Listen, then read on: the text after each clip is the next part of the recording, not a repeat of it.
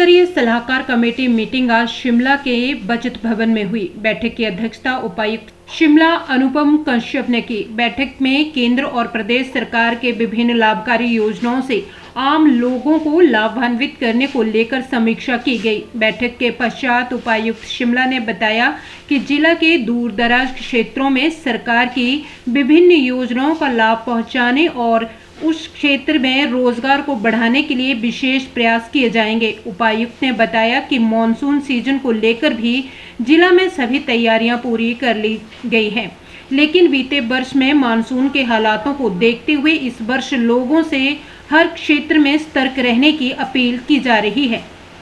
Banker के साथ बैठक के बाद उपायुक्त शिमला ने बताया कि जिला में रोजगार के अधिक से अधिक अवसर सृजित करने और आर्थिकी को बढ़ाने के लिए बैंकों के माध्यम से सरकारी योजनाओं को लोगों तक पहुंचाया जा रहा है। उन्होंने बताया कि शिमला जिले के दूर दराज क्षेत्रों में युवाओं को रोजगार से जोड़ने के लिए स्थानीय पर्यटन से जुड़े प्रशिक्षण के साथ ही सरकारी स्वरोजगार योजनाओं से जोड़ने का प्रयास किया जाएगा। उन्होंने बताया कि शिमला जिला में प्रत्येक ब्लॉक के स्तर पर आंकलन किया गया है, यहाँ किस प्रकार से आर्थिकी को बढ़ाने के लिए विभिन्न सरकारी योजनाओं का बैंकों के माध्यम से लोगों को लाभ पहुंचाया जा सके। ये जो बैंकर्स की मीटिंग रहती हैं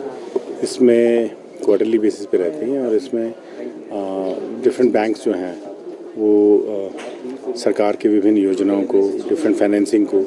जो है वो फील्ड लेवल पर अमली जामा पहनाते हैं और हमारे डिफरेंट डिपार्टमेंट्स हैं उनके साथ एसोसिएशन में लोनिंग होती है, डिस्बर्समेंट होती हैं और पूरे एरिया में सोशल और इकोनॉमिक डेवलपमेंट का काम किया जाता है। तो उसी का बेसिकली रिव्यू रहता है, उसी का ये आज रिव्यू था जो कि काफ़ी संतोषजनक था। जहाँ भी हमें लगता है कि सुधार की आवश्यकता है तो उस बारे में व्यापक चर्चा हुई है। इसमें आरबीआई के प्रतिनिधि भी होते हैं, नाबार्ड के प्रतिनिधि भी होते हैं, हमारी एलडीएम मैडम इसको कोऑर्डिनेट करते हैं और इन सारी चीज़ों पे जो है व्यापक चर्चा हुई है। शिमला ज़िला में बड़े दुर्गम क्षेत्र भी है, डोडरा कुआर भी हैं और भी ऐसे काफ़ी एरिया हैं जहाँ पर हमें लगता है कि पहुँच की अभी हमें थोड़ी और ज़्यादा आवश्यकता है। तो उस पर भी हमने एक रणनीति तैयार की है कि किस तरीके से वहाँ के जो बेनिफिशरीज़ हैं उनको लिंकेज के साथ जोड़ा जाए और ताकि ओवरऑल ज़िले की डेवलपमेंट हो और सभी जगह की, पूरे ज़िला शिमला में सभी जगह की, सभी ब्लॉक्स में। और इंटरेस्टिंगली इसमें इस बार हमने इसको थोड़ा ब्लॉक वाइज करने की कोशिश की थी ताकि हमारे जो डेवलपमेंट ब्लॉक है वहाँ पर जो हमारी स्कीम चल रही है उसके साथ हम इसको जोड़ सकें बैंकर्स को ना, तो उस हिसाब से काफ़ी डिटेल डिस्कशन हुआ है और आई थिंक हमारे नेक्स्ट व्यू में हमारे पास और अच्छे परिणाम इसके निकल करके आएंगे। तो ये सब चीज़ें हुई इसमें। सर मीटिंग में कुछ खास विशेष क्षेत्रों की आपने बात की, डोडरा कुआर की आपने बात की, ट्रेनिंग जो है रोजगार से जोड़ने की आपने बात की, क्या खास जो है आपको लगता है ओवरऑल हर बार मीटिंग होती है, क्या खास? देखिए एक तो ये देखा कि अब देखिए जो जिन चीज़ों पर हम ट्रेनिंग करते हैं वो ट्रेनिंग समय के साथ बदलाव उसमें हर चीज़ों में आता है, कोई नई चीज़ें आ जाती हैं। तो अभी पीछे भी हमने जैसे डोडरा कुआर के एरिया को मैंने खुद भी विजिट किया था, तो मैंने वहाँ देखा कि वहाँ के जो युवक हैं वो ट्रैकिंग वगैरह के में काफ़ी एक्सपर्ट रहते हैं। तो अभी हम आज इस मीटिंग में बात कर रहे थे कि ऐसे वहाँ के जो युवक हैं, युवतियाँ हैं, उनको ट्रैकिंग से रिलेटेड, ये जो हमारी होम स्टे स्कीम है इससे रिलेटेड, ताकि टूरिज़्म को भी बढ़ावा मिल सके क्योंकि चांशल एक दुनिया की बेहतरीन खूबसूरत जगह है। तो यहाँ पर बहुत पर्यटक आना शुरू हुए हैं, तो ये वहाँ से ट्रैकिंग के लिए भी जो है,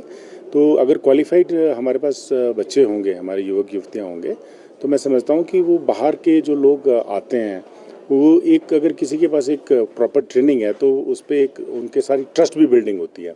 और अपने आप की फिर उस तरह से रजिस्ट्रेशन भी करा सकते हैं ताकि वो उनके पास एडवांस इन्फॉर्मेशन रहे और उनको एक अच्छी आय का स्रोत वो बन सकता है। तो इस विषय पर चर्चा की ताकि उस पर हम वहाँ के बच्चों के लिए और ऐसी जगह में जहाँ भी शिमला में ट्रैकिंग और इस तरह की चीज़ें हो सकती हैं। अब आपने देखा कि आए दिन कुछ ऐसी प्रॉब्लम्स आ जाती हैं जहाँ पर बीच में ट्रैकिंग करने के लिए लोग जाते हैं और वो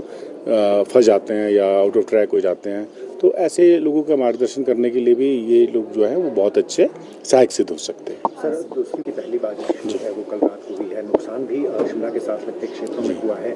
आइंदा किस तरीके से सतर्कता बरतनी? देखिए बिल्कुल अब तो जो भी प्लेटफॉर्म हमको मिल रहा है आज की डेट में और उसमें सबसे बड़ी बात तो ये है कि हमें स्वयं सतर्क रहना है। देखिए, पहली बात तो मैं ये कहना चाहता हूँ, मुझे सतर्क रहना, आपको सतर्क रहना है, क्योंकि मौसम जिस तरह से पिछली बार हाईली अनप्रेडिक्टेबल रहा था, तो उससे हमने बहुत सारे लेसन्स लिए हैं। तो उस लेसन्स को सबसे पहले तो ये देखें, सतर्क रहें। तो कुछ चीज़ें ऐसी हैं कि हमने अभी पीछे डिज़ास्टर मैनेजमेंट की भी मीटिंग ली थी, उसमें भी हमने सब डिपार्टमेंट से कहा है कि एक तो 24/7 रेडी रहें। हमारा यहाँ कंट्रोल रूम बना है, 24/7 फंक्शनल है। लेकिन मैं सबसे इम्पॉर्टेंट बात ये कहना चाहता हूँ कि एक जो नेटवर्क है उसको एग्जॉस्ट करने की सभी लोग कोशिश करें। हमारे जो फील्ड फंक्शनरीज है, राइट फ्रॉम द पटवारी और कानूनगो, नायब तहसीलदार, तहसीलदार, SDM, फिर ये सब फील्ड में काम करने वाले फंक्शनरीज हैं, इन सबको कह दिया गया है कि पूरी तरह से चौकन्ना रहें, चुस्त रहें और अपने नंबर को सार्वजनिक प्लेटफॉर्म पे पंचायत के माध्यम से हर जगह में सर्कुलेट करवाएं, ताकि किसी भी वक्त कोई अगर समस्या आती है तो उसके साथ निपटने के लिए हम लोग तैयार रहें।